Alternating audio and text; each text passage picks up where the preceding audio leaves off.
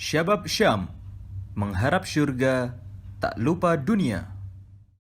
Bismillahirrahmanirrahim. Alhamdulillahirabbil alamin. Wassalatu wassalamu ala asrafil anbiya'i wal mursalin nabiyyina Muhammadin wa ala alihi wa ashabihi ajmain, amma ba'du.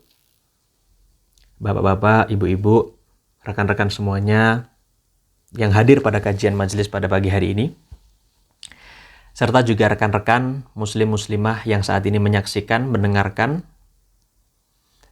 kajian pada pagi hari ini melalui channel YouTube. Izinkan kami memasuki sesi fikih menjawab. Jadi sesi ini untuk teman-teman, baik itu yang saat ini hadir dalam kajian kali ini, silahkan kalau misalkan mau menanyakan sesuatu, menanyakan pertanyaan terkait fikih, namun materinya khusus untuk Ramadan, karena memang saat ini kita fokus di kajian untuk bulan Ramadan. Silahkan ditulis di kertas, kemudian diulurkan ke jamaah depannya untuk nanti disampaikan ke kami di meja.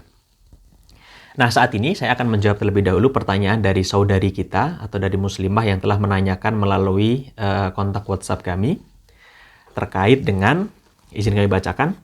Assalamualaikum warahmatullahi wabarakatuh. Ustadz, afwan izin menanyakan terkait dengan kondisi Ana yang saat ini hamil. Apakah saya boleh meninggalkan puasa atau saya harus tetap menjalankan puasa? Barakallahu fikum. Baik, bapak-bapak, ibu-ibu, rekan-rekan semuanya, muslim-muslimah yang saat ini hadir baik di sini maupun yang saat ini menyaksikan di YouTube, terkait dengan masalah puasa bagi seorang wanita yang hamil. Izin saya menambahkan untuk yang menyusui juga, karena secara tidak langsung ketika nanti sudah lahir, seorang ibu itu akan menyusui, dan mungkin di sini ada ibu-ibu atau mungkin muslimah-muslimah yang saat ini tengah menyusui putra-putrinya, bayi-bayinya. Yang pertama adalah ketika kita membahas terkait dengan hamil dan menyusui bagi seorang wanita, kita perlu mengingat bahwasanya Allah Subhanahu wa taala telah menyebutkan khususnya bagi seorang muslimah, yaitu wal walidatu yurdi'na auladahunna haulaini kamilain liman arada ayyutimma radha'ah. Sebelum kita masuk ke dalam ayat ini, saya ingin menjelaskan terkait dengan bagaimana ketika seorang perempuan itu hamil tapi berpuasa.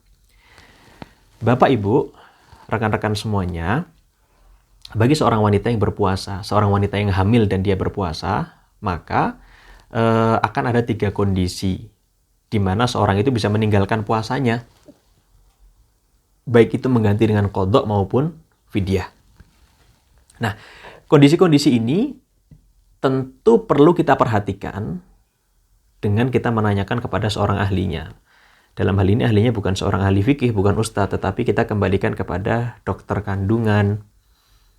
Ya, kita tanyakan kepada dokter kandungan. Biasanya ibu-ibu itu sudah punya dokter kandungan yang mungkin sudah dekat, dokter langganan lah istilahnya, atau mungkin bidan, silahkan ditanyakan aja yang memang dia expert di bidang ini. Yang pertama adalah ketika kita membahas terkait dengan orang hamil dan juga menyusui. Kondisi-kondisinya itu akan ada kekhawatiran bagi seorang si ibu, kekhawatiran bagi bayinya, dan kekhawatiran bagi ibu dan bayi. Kita harus tahu, tapi kita tidak boleh menerka sendiri, karena kalau kita menerka sendiri, fitrah seorang manusia, itu dia akan milih yang paling mudah. Bener atau bener? Bener ya? Jadi seorang manusia ketika kita suruh menerka sendiri, kita akan pilih kondisi yang paling mudah. Ini tidak dibenarkan. Maka kita harus kembalikan kepada yang expert, ahlinya. Siapa? Dokter kandungan atau bidan dan lain sebagainya. Kita tanyakan apakah kondisi kita hamil atau menyusui ini apakah mengkhawatirkan bagi kesehatan si istri, si perempuan, atau mengkhawatirkan bagi kondisi nanti janin, bayi, atau mengkhawatirkan bagi kondisi dua-duanya. Nah, itu perlu yang menentukan adalah dokter atau bidan atau orang yang expert dalam hal tersebut. Kemudian, teman-teman semuanya, muslim-muslimah, bapak-bapak, ibu-ibu, untuk menyusui itu masanya beda-beda. Tetapi Allah Subhanahu wa taala tadi sudah kita sampaikan di awal, menyampaikan bahwasannya atau berfirman yang bunyinya adalah wal walidatu yurdi'na auladahunna haulaini kamilain liman arada ayyutimma radha'ah. Ibu-ibu itu diberikan kekuatan, keistimewaan oleh Allah Subhanahu wa taala untuk menyusui anaknya. Berapa masa menyusuinya? 2 tahun, liman arada ayyutimma radha'ah. Bagi ibu-ibu yang ingin melengkapi masa ASI putra-putrinya. Karena selain bagi yang ingin, terkadang ada juga kondisi-kondisi yang memang menghentikan ASI. Contoh misalkan, banyak sekali kondisi mungkin bayi ketika dia sudah 6 bulan ASI udah nggak keluar, atau mungkin ketika udah 6 bulan dia udah nggak mau minum ASI lagi. Dan kondisi-kondisi yang lain, sehingga hal ini menjadi informasi aja bahwasannya dari setelah melahirkan sampai 2 tahun ke depan, itu ibu-ibu masih dalam tahapan murdi, rodoah, memberikan ASI bagi anak, bagi putra-putrinya. Sehingga dapat mengambil rukhsah, yaitu meninggalkan puasa. Nah, konsennya di sini adalah bukan meninggalkan puasanya. Meninggalkan puasanya boleh. Tapi setelah meninggalkan puasa, apakah dia bayar qadha atau fidyah? Para ulama 4 madhab, yaitu Imam Hanafi, Imam Syafi'i, Imam Malik, Imam Hambali, itu berbeda pendapat. Namun ketika saya ingin menjabarkan satu persatu pendapat tersebut, takutnya malah membingungkan, sehingga kami coba menyimpulkan, kami coba mengelompokkan tersebut menjadi 3 kategori. Yang pertama, apa tadi? Ketika seorang wanita khawatir akan dirinya sendiri.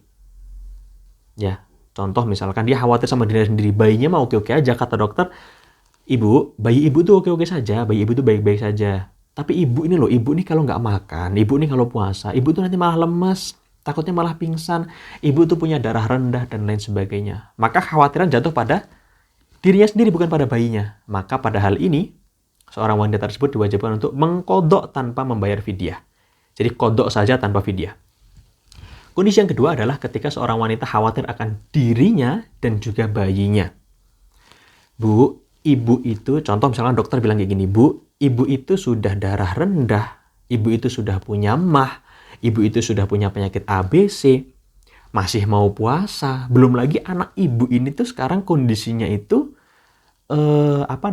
membutuhkan ASI yang super, membutuhkan vitamin dari ASI ibu. Kalau misalkan ibu tidak menyusui, maka anak ibu kondisinya akan menurun, kesehatannya menurun, jatuh sakit, dan lain sebagainya. Maka dokter memutuskan bahwasannya ibunya bermasalah dalam hal ini kesehatannya, dan anaknya juga bermasalah ketika tetap menjalankan puasa. Maka dalam hal ini, ketika kekhawatiran jatuh pada 2 titik, yaitu pada si perempuan, si ibu, dan juga si anak, maka hanya mengqadha tanpa membayar fidyah. Itu yang kedua. Kondisi yang ketiga, bagaimana ketika seorang wanita itu khawatir akan kondisi anaknya. Datang ke dokter, dok, saya itu kuat. Saya itu mau puasa 2 hari 2 malam itu kuat. Mau 3 hari 3 malam saya jabanin. Gimana dok, boleh nggak? Kata dokternya, Bu, ibu mah kuat-kuat aja. Tapi putranya, anak ibu ini loh, kalau misalkan nggak disusuin, nanti akan ngedrop, jatuh sakit.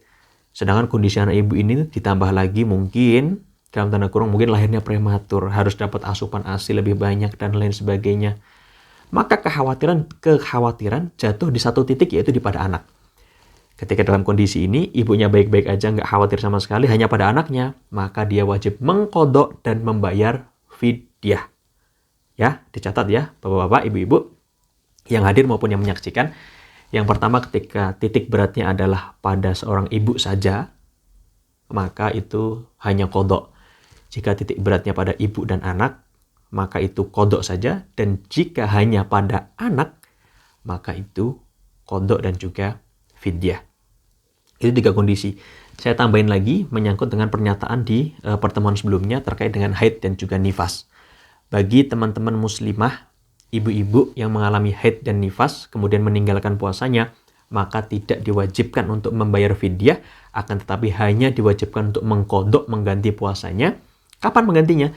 Setelah bulan Ramadan di tahun setelahnya. Jadi misalkan tahun ini, tahun ini ibu-ibu muslimah mengalami haid dan nifas, maka tahun setelahnya silahkan mengqadha tanpa membayar fidyah. Jadi kurang lebih seperti itu. Semoga penjelasannya dapat dipahami, mudah dipahami, juga menjawab bagi sang penanya tadi. Wallahu a'lam bishawab. Wassalamualaikum warahmatullahi wabarakatuh. Syabab Syam, mengharap syurga, tak lupa dunia. Kamu mau kuliah di Yordania dengan jaminan 100% diterima? Atau mau belajar agama dengan ulama dunia tapi bingung gimana aksesnya? Yuk download aplikasi Kuliah di Jordan. Semua informasi perkuliahan di Yordania kini ada dalam satu genggaman. Kini tersedia di Play Store.